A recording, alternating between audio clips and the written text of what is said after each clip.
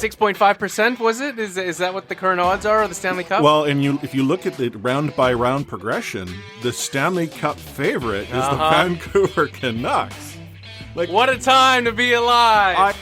Talking you through every goalie controversy, scoring slump, and draft lottery bust, this is the C4 Podcast on CanucksHockeyBlog.com. Here they are, the best starting lineup we could afford under the salary cap. Chris, Matt, Anna, and Adam.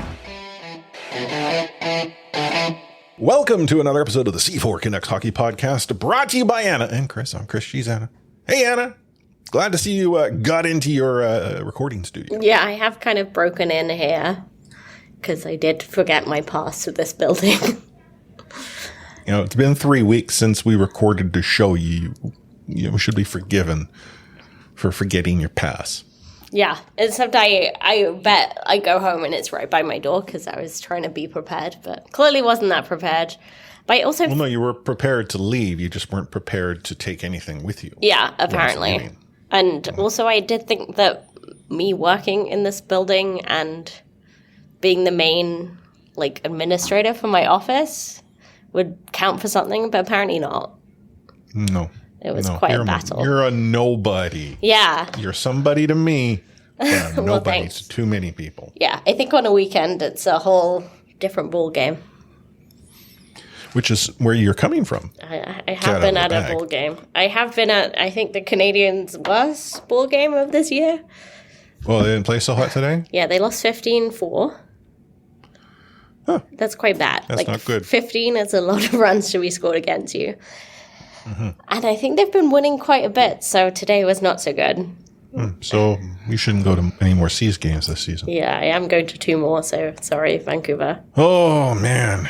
Word gets out, Mr. Wasabi is going to have some words. That makes no sense to anybody that hasn't been to a Seas game. That is true. That is true. Okay, so the Vancouver Canadians baseball team, I don't know what it's a happens. Peculiarity to itself. Yeah, they have mascot races, and it's sort of... I mean, I don't want to say it. It's Japanese themed mascots. I think it's a call to the Asahi races. Baseball Club. Sushi races, yeah. But it's like wasabi, California roll, soy sauce. Soy sauce, yeah. Wasabi's the main one. Yeah. I think it was one of the... What are the sticks? I don't even know. Yeah. What are they meant to be sticks of? I don't know. But one of the sticks won. Okay, well that's a good thing. But it's if you follow the Seas, this has been a thing for a long time. I'm not going to say forever. It was when the previous ownership group took over the team. They reinvigorated the franchise. The new ownership group, which is like a conglomerate that owns a bunch of minor league baseball teams throughout North America. Oh. They've kept that's kind most of lame. of the traditions, from what I understand, on. Well, at least says that. Yeah, because Vancouver Canadians is just such a fun thing to go to. I've been saying every year to my wife, we should take Baby Force to a ball game. I bet you would love it. Oh, yeah, no, I mean, they're very family friendly. They've got all sorts of kids things set up, and we talk about it a lot. But the logistics of us sort of going and fitting it into everything that might be going on in our world is always the most complex thing. So maybe at some point before she's like a teenager, we'll go. It's in South Vancouver. It's kind of on the SkyTrain. Well, it's kind of, but you get off at the King Ed, walk a bit to Nat Bailey, and then enjoy the game. Or we could drive, we could park if we really wanted to. But it's everything we have going on. So yeah, the till soccer, school's out, gymnastics, lots going on, blah, blah, blah. Weekend stuff. Yeah, that's the thing. It's the everything else that's going on is what sort of makes it harder for us to coordinate. But we'll get there at some point. Yeah. This is my first game of the year, but I'm going to 2 more, so... It won't be your last. Yeah. I'm actually, speaking of, baby forwards, I am shepherding my entire office there, so I feel like that's going to feel like hurting a baby force. Yeah. I mean, she's not really a baby force. Well, anymore. then she's not, but like force. she would be Not even much toddler. easier. She's like, I mean, I don't know what is child force now. Child force, yeah. But not really a it's toddler. like shepherding 30 adults is kind of like shepherding Yeah. many kids. Yeah. No, barbecue beer garden or whatever it is, right? Yeah, well, that's where we were meant to be, but then they decided to redo it. For shame. Yeah, it was very annoying, but there you go. Yeah. Our listeners are probably trying to figure out why we're just rambling on and about the seas and you getting locked out of the office. And it has everything to do with the fact that the Vancouver Canucks, in the entire time that we have not recorded an episode, have been pretty darn quiet. In fact, the NHL collectively hasn't really been up to a whole lot. I mean, their stuff has happened, but not to the point that we're like, oh my God, we should have an emergency podcast episode. Did you know, though, that the entire Summer Olympic program in Paris has started and finished in the time since our last episode? Yeah, it's kind of mad to think of that, but yeah, it's true. Yeah. Did you watch any of it? I mean, okay, it's a dumb question. Did you watch much of it? No. Like, I think the only entire events I've seen is like heats for the 100 meter. Yeah, it's just on at a weird time, and like I followed Team GB and Ireland and the results they were getting, but really didn't see much. I saw the storylines, but not really much of the events. What about you? Well, I tried to follow Team Canada, the events where I thought Canada would perform. I tried to take, and I also watched the events that I guess matter to me. So soccer, I watched the women's program, including the answering to people who didn't follow it too closely, the controversy between Canada and soccer. Watched the swimming events. Let me just. You could pretty much say I watched almost all the Canadian women kick some literal hiney. I mean, Canadian men performed as well, like Josh Lindo. Performed phenomenally in the pool. Okay. There's some good stories there. And we have our first BC winners in many, many years in the hammer. Well, in the hammer throw, so both men's and women's gold BC-born Canadians won. That's true. I was going to say BC gets gold medals. That happens. I mean, there's some sports out this way that we do really well in. Usually it has to do with the water and cycling. Mm-hmm. But, I watched breakdancing, breaking. Phil Wizard, Richmond boy. Oh, that's true. Yeah, there you go, another BC gold. In the debut event that is not back for LA, which blows my mind. Like, I get that breaking was new and maybe it's not for everyone, but we're talking Los Angeles. Yeah, it does seem like well suited to LA, so it does seem strange. But I also think it's kind of a mad one for the Olympics. Like, hey, there's all sorts of things that I agree. One look at and wonder. Like, there was conversation that like I don't understand why cricket isn't, and people are like, because no one plays cricket, and I'm thinking, what? A billion people do, but it's coming to LA in 2028. Yes. Cricket is coming. See, this is the thing. If you had told me in a vacuum, cricket's coming into the Olympics in LA, I'd be like, why? And that's not that it shouldn't be in the Olympics, right? Like, it is a popular sport that I do not understand. Yeah. But being in LA of all places, that's the part that seems odd. Yeah. I mean, we could do a whole episode on cricket in the US, and I'm not going to get into it, but they are trying to bring it up.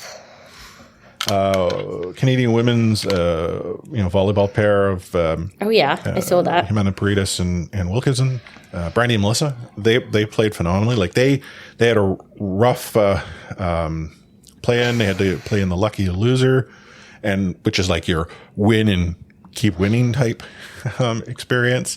Got themselves to the gold medal final against the Brazilian pair. It was a great match. I did some spice. I did see that clip of the DJ playing Imagine in order to settle arguments, I guess. But I have to ask, like, did you see I guess it's a bathing suit. I don't know how to describe it. Like a beach volleyball. Yeah. Women were like a bikini top, but it was like, it threw me off because it didn't occur. Like I thought, why are both of their shoulders wrapped? Like it looked to me like it was like a single strap with like a,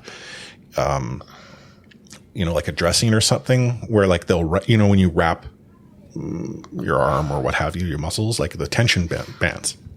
Sure. It didn't occur to me that was actually a built-in strap. It was like a beige strap. I don't know. It didn't really.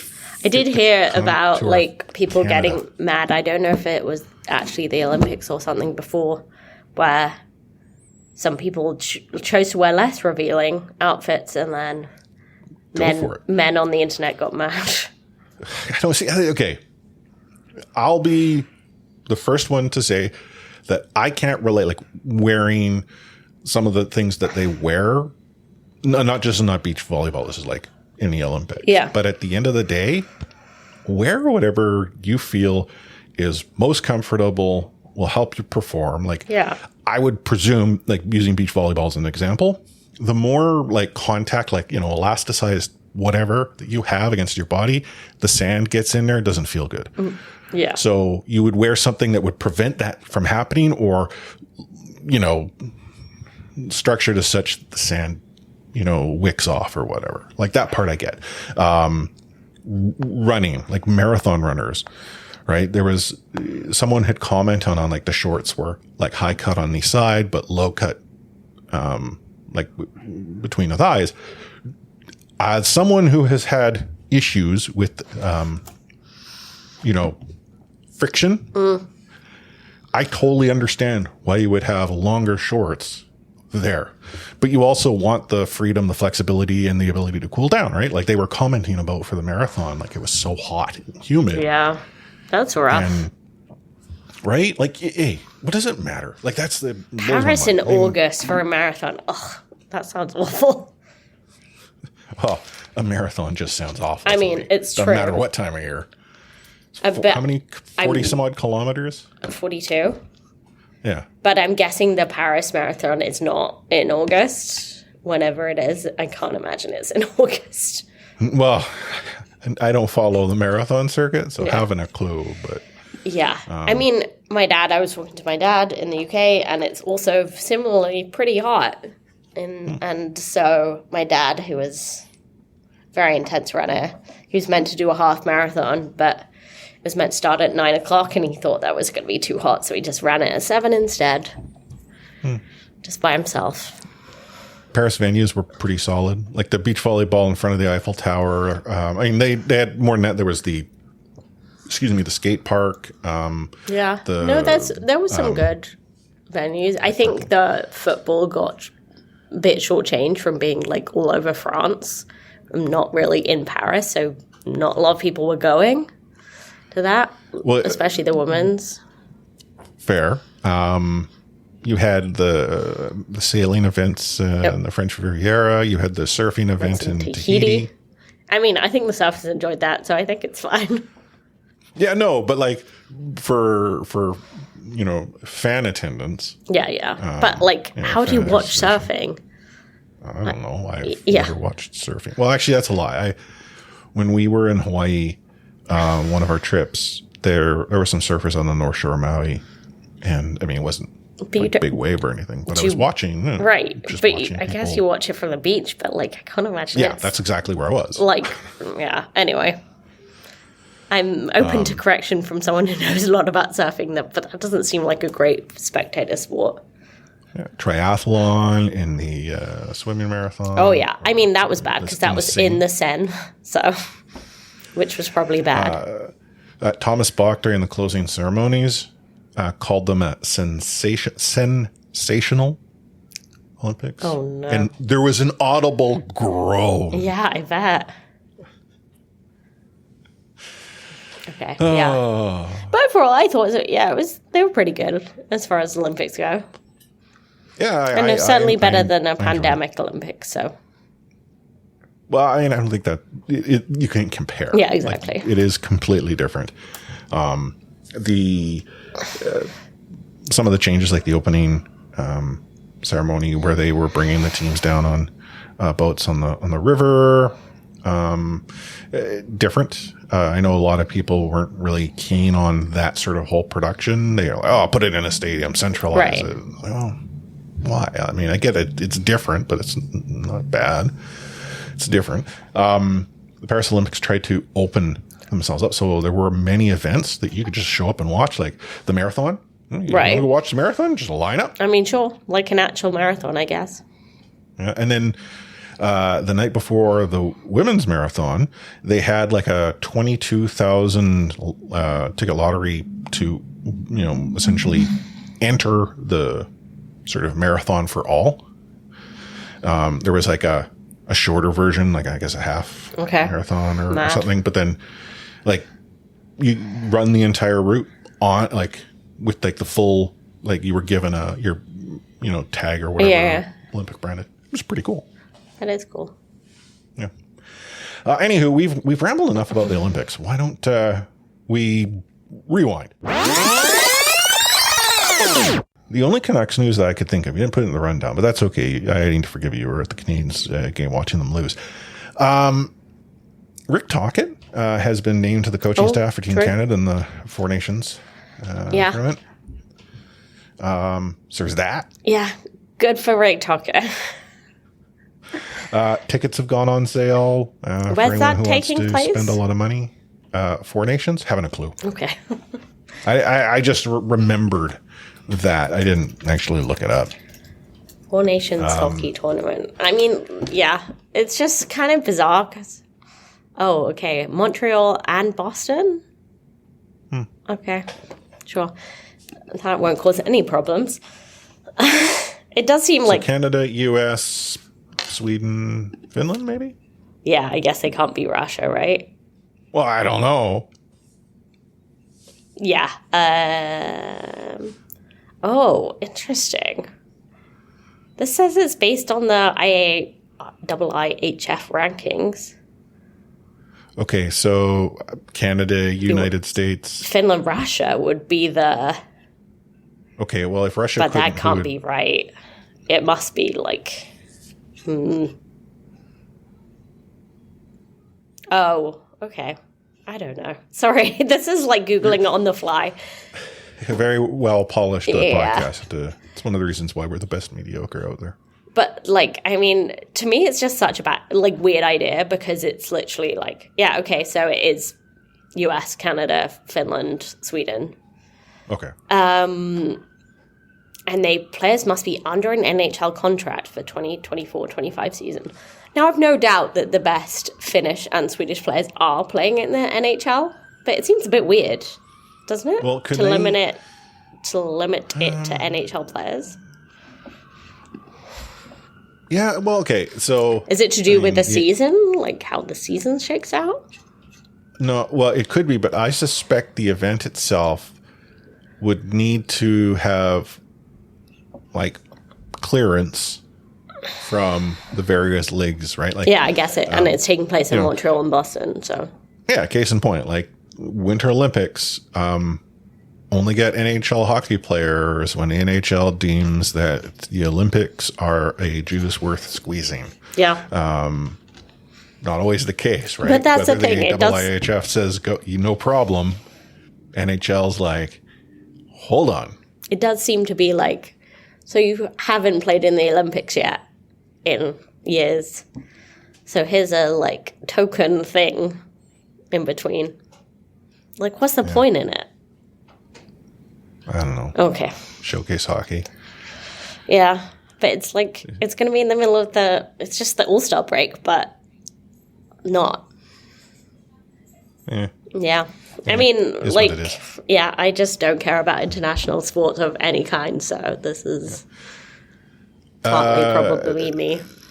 Yeah, I said single tickets are on sale. Young Stars tournament tickets available. Obviously, Young Stars taking place pretty darn quick. Penticton.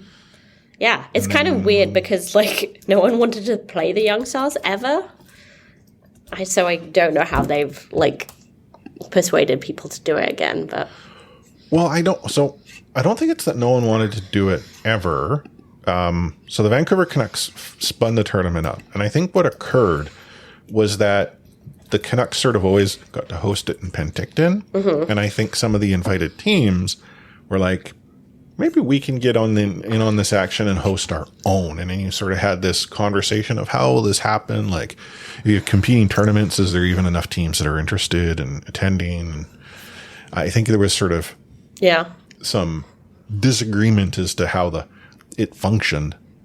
But then when push came to shove, people are like, well, I'm going to find the Canucks. Yeah, it's just like they already have something organized.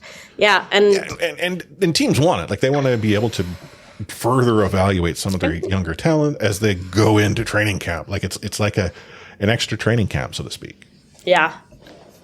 I think it's kind of like warm-up games in internationals where it's just like, does it benefit you or just the, like, people hosting? And I guess you got to make it work for you. But if you're not doing any of the organizing, then surely better. But it is interesting that it's all Canadian teams. Like, I think previously it's been more Pacific teams. Like, it's been San Jose, it's been LA, and so forth. But now it's Edmonton and Winnipeg and Edmonton and Calgary have come out before.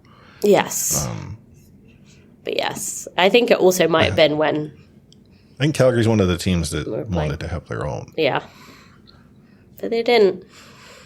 There is a video on the Canucks Hockey Blog YouTube channel, one of the two, because for some reason there's two, don't ask me why, of me at a Young Stars tournament. There you go. We went and covered, quote unquote, covered the Young Stars. Long story short, the team would not give us accreditation because we're bloggers, and that was before, like, there wasn't even, you don't even ask. What's interesting is we didn't ask officially, we asked unofficially, and still got a no. But we were staying at, one Sandman Hotel in Penticton because, my wife got us the, friends and family rate. But many of the Vancouver media were staying there as well. And so we're hanging out with them, chatting up, and they're like, why, you guys need to come down. Like, come on. You're here, you're professional. Like, they were working the angle. No, Canucks kept saying no. But we still had a good time. We got some bootleg access to audio. Yeah, honestly, like, that we wanted asked. I went to the Cricket World Cup with journalists, so I feel like I could have covered it myself if I just wanted to in a very back access kind of way. Yeah. JJ Guerrero, he ended up somehow going to like the media mixer that I don't know if they still host it, but it was like you had to have an invite. Media were invited. It's kind of like, a thank you. Team hosted it. And so JJ somehow got to go to this. And he's chatting with like NHL GMs and scouts and all that. And people, it's media. So they're just assuming that he has every right to be there. I don't know exactly how he got there, but yeah. There you go. Anyhow, fun times. Anyway, the Young Stars is back. That Penticton will be followed by training camp. And then it's preseason. Yeah.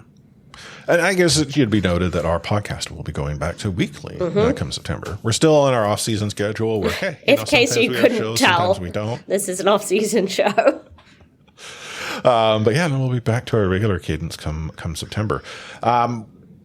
One of the other things that we have trouble with in the off season, it's usually around now. Like, again, even a long time listener of our show, it's around August where stuff doesn't happen. And, you do the Lord's work in putting the rundown together. Right? You would put down a dream team, all Canadian Canucks. And I'm going to, let the cat out of the bag in brackets. I haven't thought of anything. Let's do it on the fly.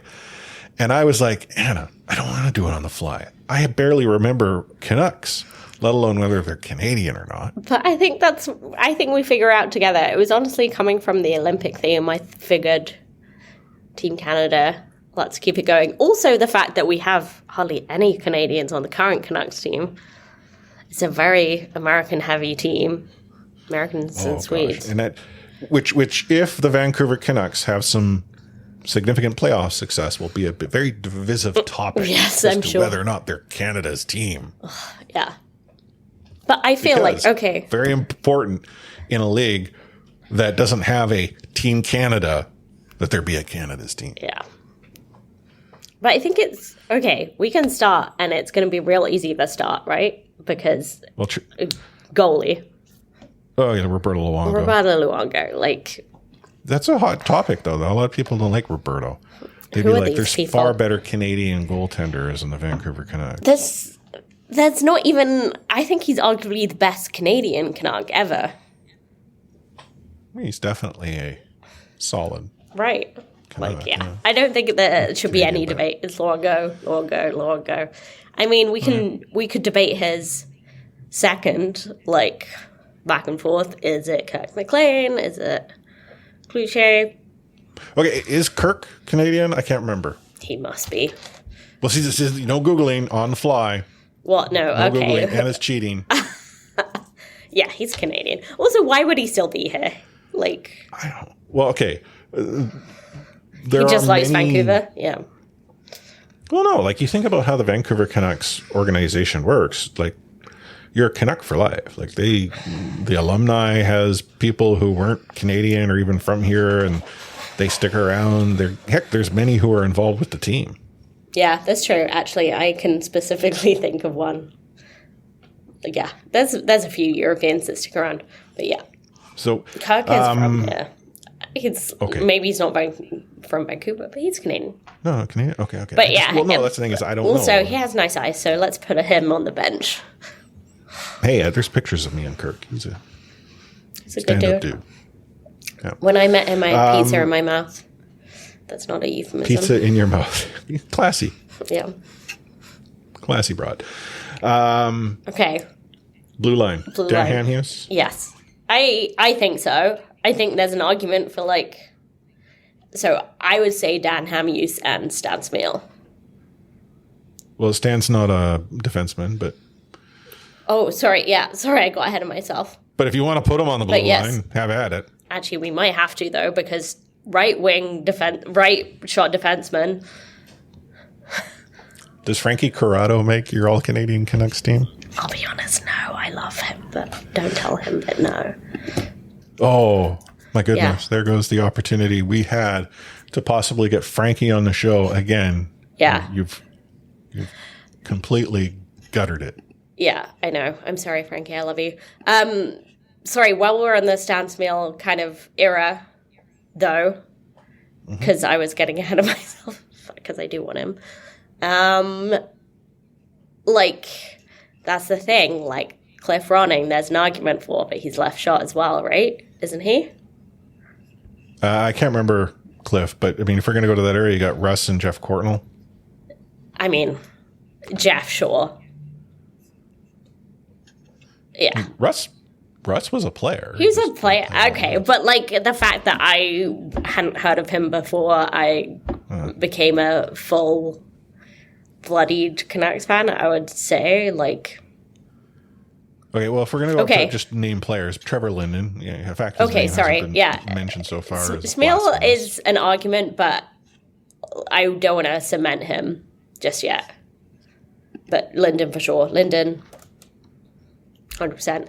Alex Burrows, are we saying, as a winger? Well, he ended his career as a Vancouver Canuck playing with the Sedins. This is the thing is like, if you played with the Sedins, who elevated any player who happened to play with them, were you an elevated player? Like, I love Burrows. I know, Burrows but on the team. I Is he really... the Burrows that we love without the Sedins. Maybe not, but it's hard to, like, divorce him from that. So, yeah. And to me, right wing is Stan Smeel Bertuzzi? Was Bertuzzi a Canadian? Yeah, he's Canadian, isn't he? Yeah. I don't know. For some Now I'm reason, I thought second he was guessing. American. I thought... But see, the thing, I I don't don't- know. I never paid attention to the flag on the jersey. I have paid attention to the players I enjoyed watching. Yeah, he's Canadian. Like, I want Ryan Kessler to be on the team, No, but he's an okay, well, American. he's not. The jerk. Yeah, but he's so American. But I can see Todd Bertuzzi is American, but yeah, and I don't love, like, putting him on there from a personal, like, vibes point of view. Stan Smeel is better vibes, but Todd Matusi might be the better player. But it's kind Brendan of... Morrison? Oh, Brendan Morrison. He's a shout. Yeah, I can't believe I thought Bertuzzi and not Morrison, but yeah. Yeah. I'm genuinely curious now. Okay, yeah, I think what we need to do is we need to sit down, do some homework, but look at this, and actually I think this is a good brainstorm. Because did we even come up with right short defenseman? I'm not even sure we came up with any. We came up with one defenseman, Dan Hamhuis. Yeah, I know, but he's a left shot. I mean, Willie Mitchell. But Willie's... Cliff Ronning. Willie's a conflicted person for reasons. Yeah. So I think we've got some ideas, but we're clearly missing... Yeah, Cliff Ronning's a left shot. Sorry, I'm just... All these... You and I are going to do our homework. Yeah, our but this is good. Listeners are going to lay into us about, I can't believe this person wasn't, tip of the tongue, front of mind. I know. And the fact that we couldn't think of any right shot defensemen and that we maybe are playing Stan Smil there currently. Yeah. Next episode, you and I, we can go through. We'll do it separately. We'll go through and we'll give our sort of, what our all-Canadian Vancouver Canucks roster would be. Yeah. Because I do think there's two undisputed. And that is Linden Luongo and Trevor Linden, and then we got to fill out the rest. Okay. Including if you want a bench, because I don't know if Kirk McLean's the second best Canadian goalie. So there's an argument that someone would suggest Dan Colucci, except Dan had some tough times in Vancouver too. Yes. Why are we talking about this? Well, it's kind of an Olympic-themed episode. Olympics just ended and whatnot. So another topic that you thought we could touch on was, technology that we could bring in from other sports. And actually, one of the things, if you watch the Olympics, they use a lot of technology. Whether it be Hawkeye, whether it be I don't know what they call the technology for the photo finish for athletics, but it shows like they can get it right down to the thousandth of a second as to when a runner's torso crosses the finish line. There's all that technology. So you had put in the rundown goal line technology. So Hawkeye or a different technology? I think it's, to me, it's so much. So they have goal line technology in football and the Premier League. And the way they do it is with cameras, yeah. They literally track the ball with 20 cameras. So they're because they see it from all these different angles, they know where it must be. I think it's easier in hockey. You don't have to do that, because one way that they have tried to do it in football, which is more precise, is through chip tracking. They did it in the Germany World Cup. But it's so hard to get a chip in a football and for football to move the same way that football does. There is already a chip in the puck that they use for puck tracking. So all you need to do is get the sensors in the ice and in the crossbar. Surely, bish, bash, bosh, jobs are good, and little buzzer sensor in the referee's watch like they have in football. Surely it's easier. Is there a flaw that I am missing? I don't disagree. I was just curious when you're talking about goal line technology. Yeah, the technology of football, soccer. It makes a lot of sense. You do actually see that on occasion where, did that go in? Not too sure. Play goes back up the pitch and the referee blows the whistle towards the goal because gets buzzed to advise that the ball did cross completely. Someone might argue, well, it's different. The puck has to go across the line. I'd argue it's easier to actually see, with technology, the puck going across the goal line than it is in soccer. Because in soccer, the ball is round, and so any part of that ball over the goal line is not cross the line, same as hockey. But visually, you will see separation of ball on ground with green space and then line. Hockey wouldn't. If the puck is across, the puck is across. Yeah, that's why it's hard with camera angles. I agree. Yeah, I was thinking Hawkeye for that. I feel that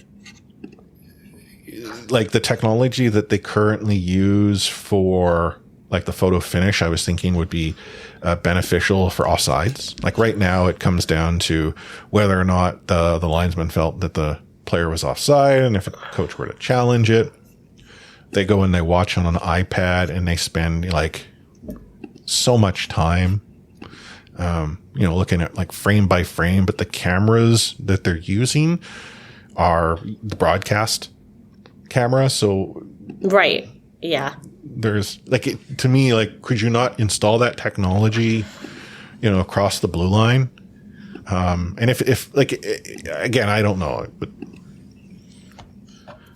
yeah, because I was thinking about offsides as well, and it's just like it's like, is it worth investing more in offsides? Because it's just so frustrating. Because you're just like, when they're like tracking it to the nearest centimeter. Well, no, like, so I'm not necessarily saying use the technology with offside to call the game in real time. You use it as part of the review process. Right. But even then. Like, to me, like, okay, review. I'll use rugby. What happens? We're going to VAR. The referee goes and does that. And they're told the technology will show up on the screen. This is the call. This is the result. Off you go. I feel that's how that should be. I mean, I agree that it should be more like rugby and that the discussion should be open. Mm-hmm. Like, everyone should hear that. And the same cricket, the discussion, like... I speak to rugby because that's the one I know. Yeah. And cricket, you can only hear it on the broadcast. You can't hear it in the stadium. But... I like... Yeah. I just like coming out of the Olympics. I really enjoyed like the rugby sevens, but the rugby experience is pretty cool. I find rugby sevens just even weirder than normal rugby. So really, yeah. At least I know what's going on with rugby union. I'm just like rugby sevens. I'm like they're on it's the same. Yeah, but like they're on a whole pitch, but there's 7 of them. Okay, one of the Canadian women. Canadian one, by the way, got silver in rugby sevens. She had to fight off like a bear weeks before the Olympics. A bear? What the hell? Yeah, like Vancouver Ellen encountered a bear or whatever. Jesus. And yeah, no, she's... should give her a gold medal for that.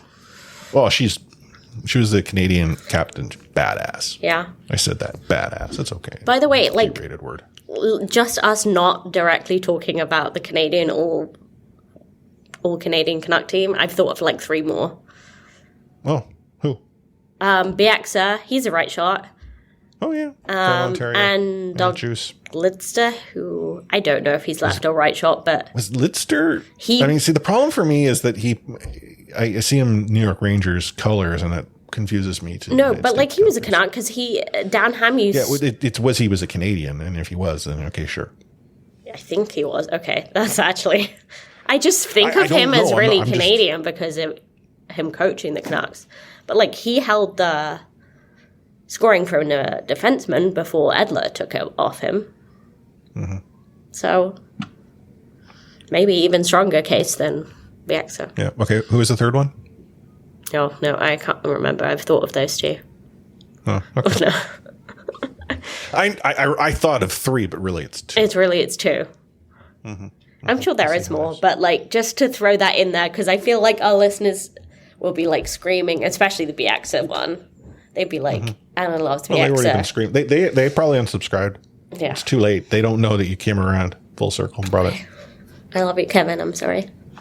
Mm-hmm. Any other technology, or was that the only one? Well, I mean, I guess it doesn't have to be technology. But that's what I would think of bringing from other sports. I would also bring more of a sense of... Have the puck delivered by a remote control, ATV or something. That's a good idea, too. Yeah. But it should be on little skates.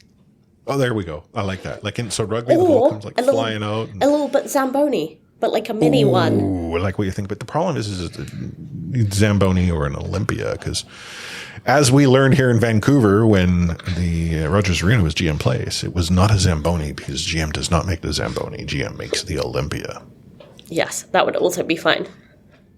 Mm-hmm. Ice cleaning machine to be trademark free.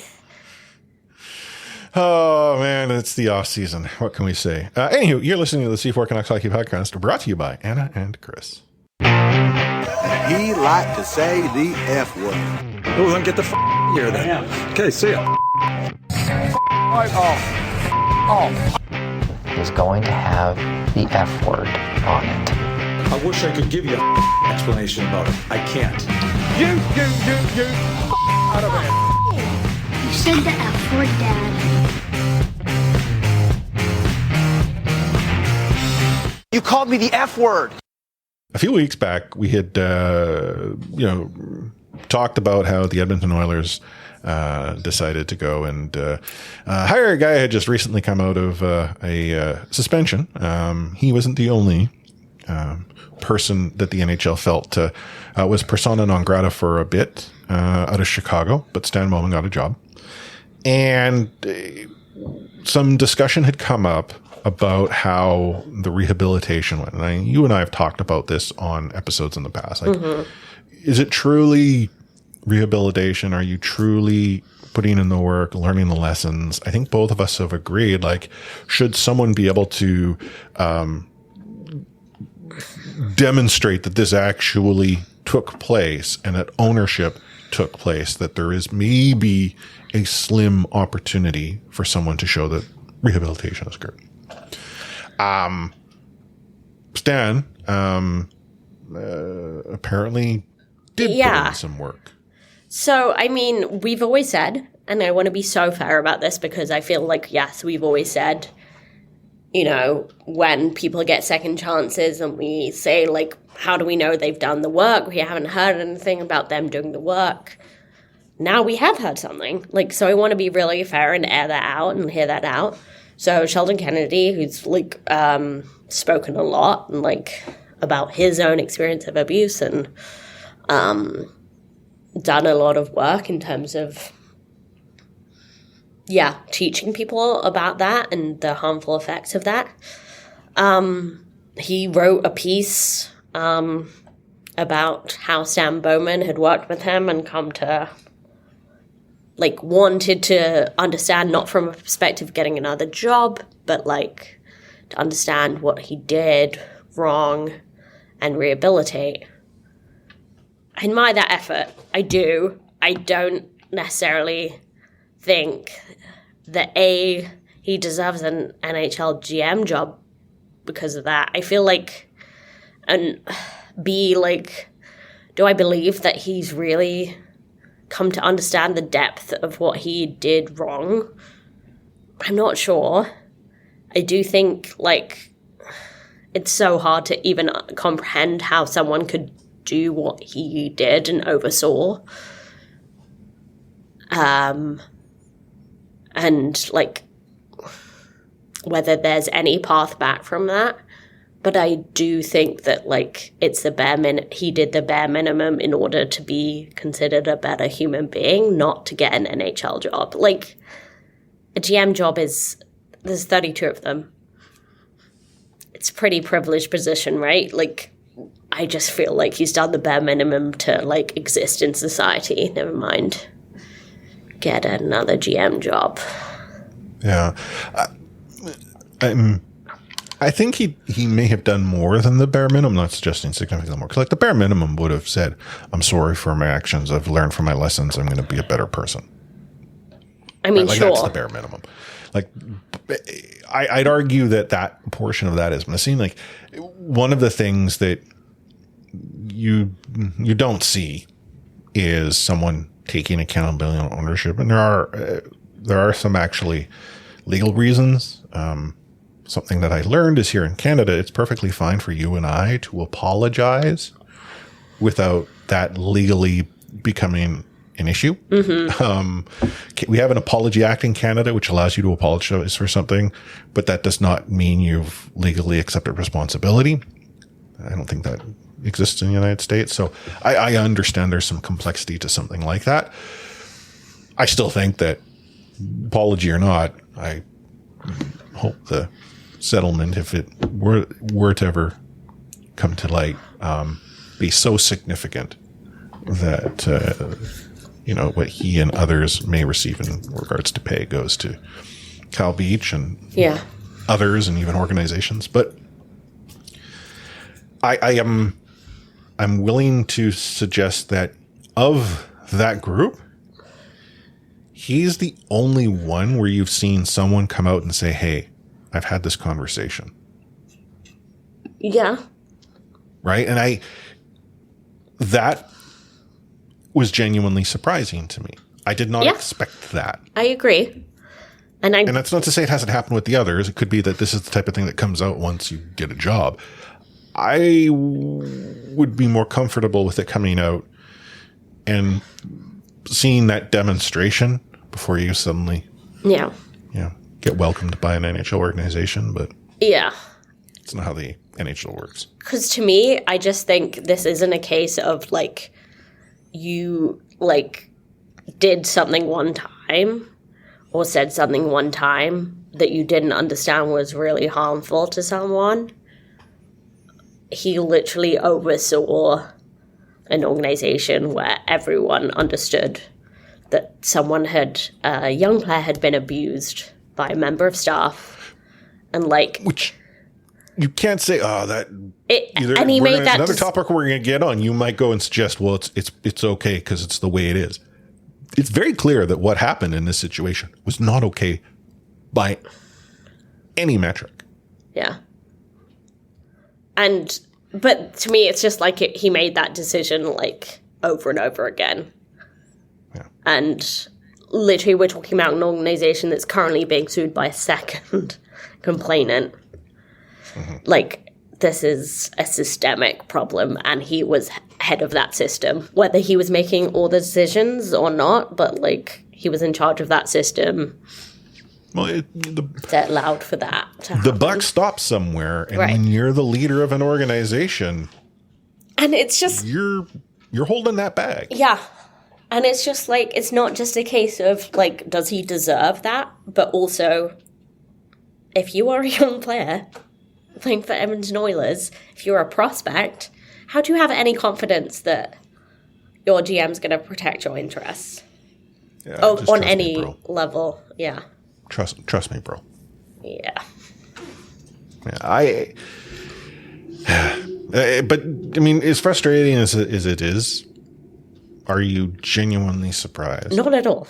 Not at all. Yeah. I'm genuinely surprised about the statement that he did any work whatsoever. To me, I don't think it's enough. Mm-hmm.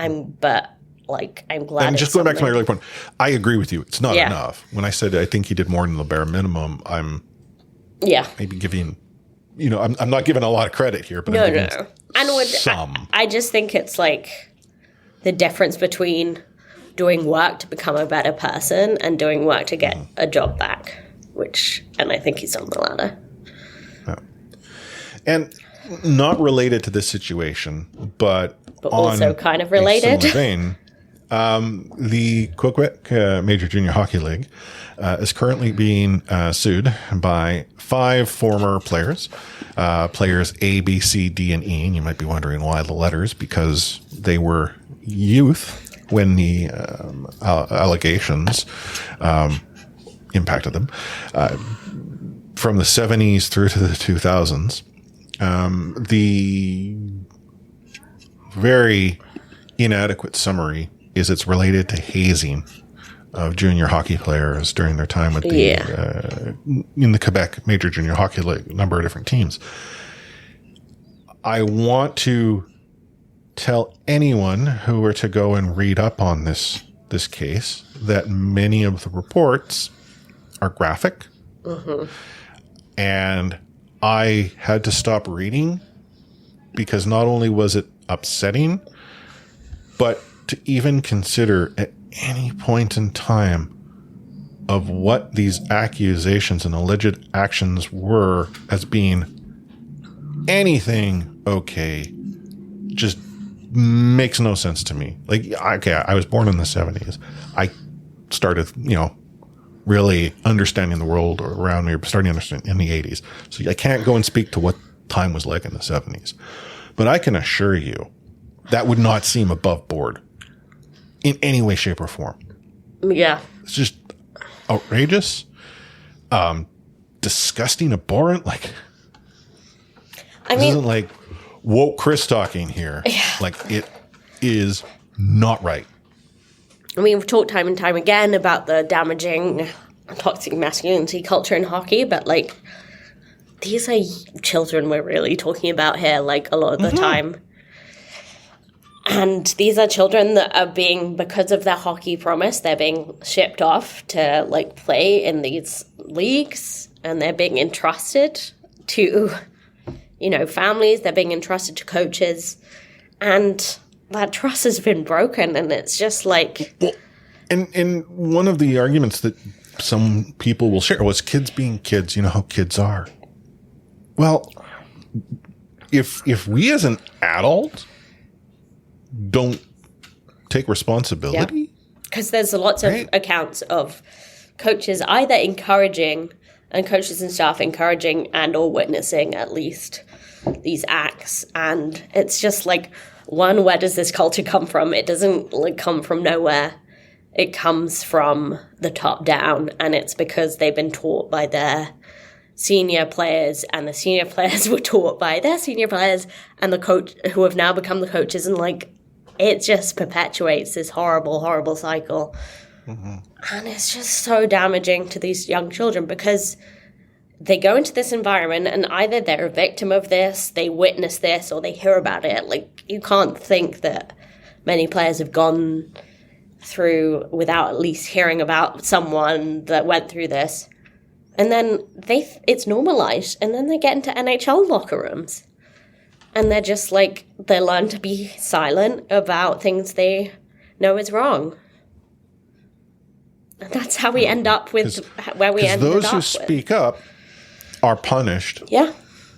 Almost as harshly as those who are being victimized through hazing.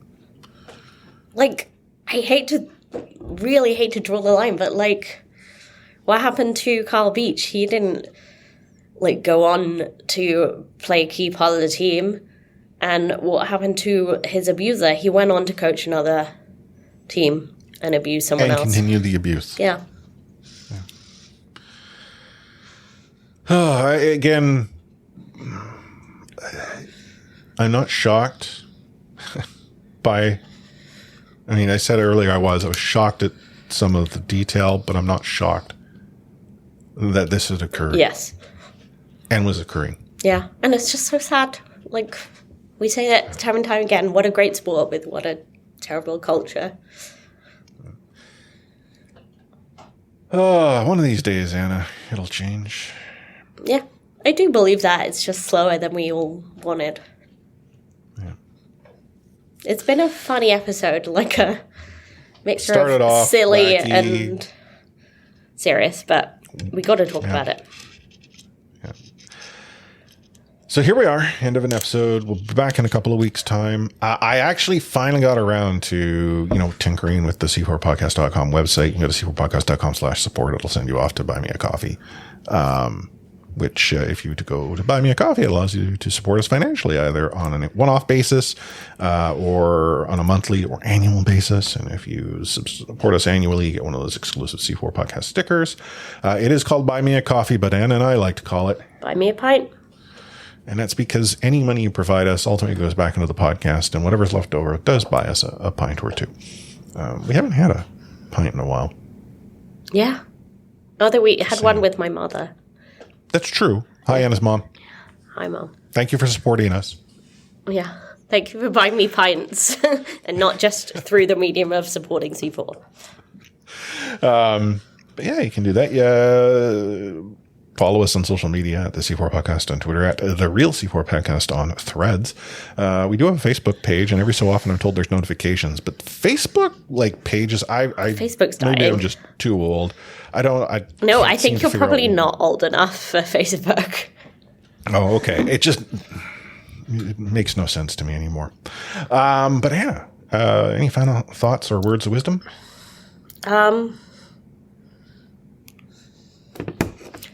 The Olympics was fun, but this summer of sport is just making me realize I want hockey to come back.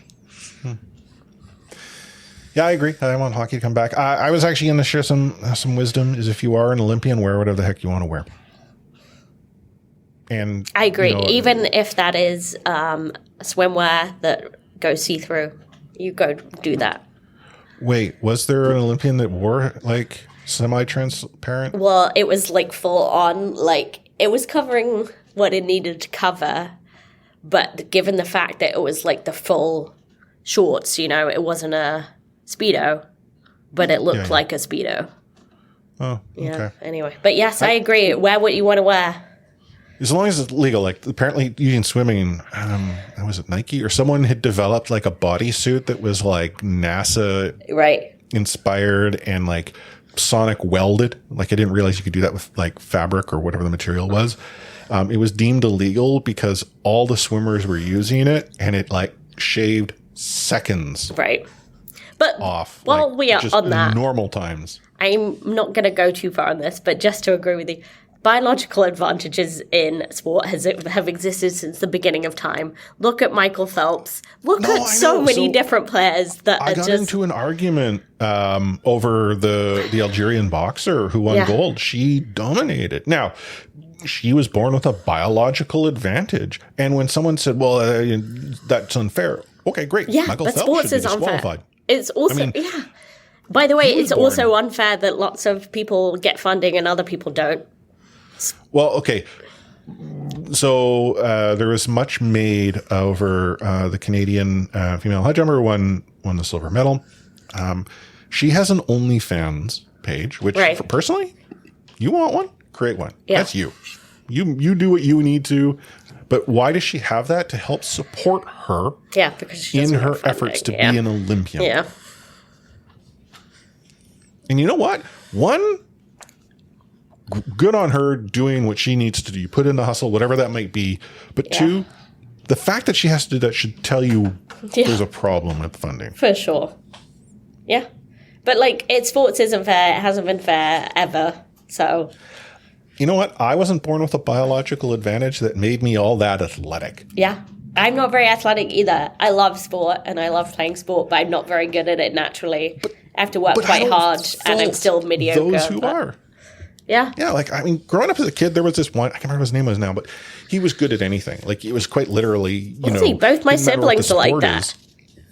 And I didn't fault him. It's like, wow, I wish I could do everything as awesome as he could. Yeah. But yeah, even, biologically, not that my sister is my biological sister, but my brother can pick up any sport and just be, like, fine at it straight away. And it's very annoying.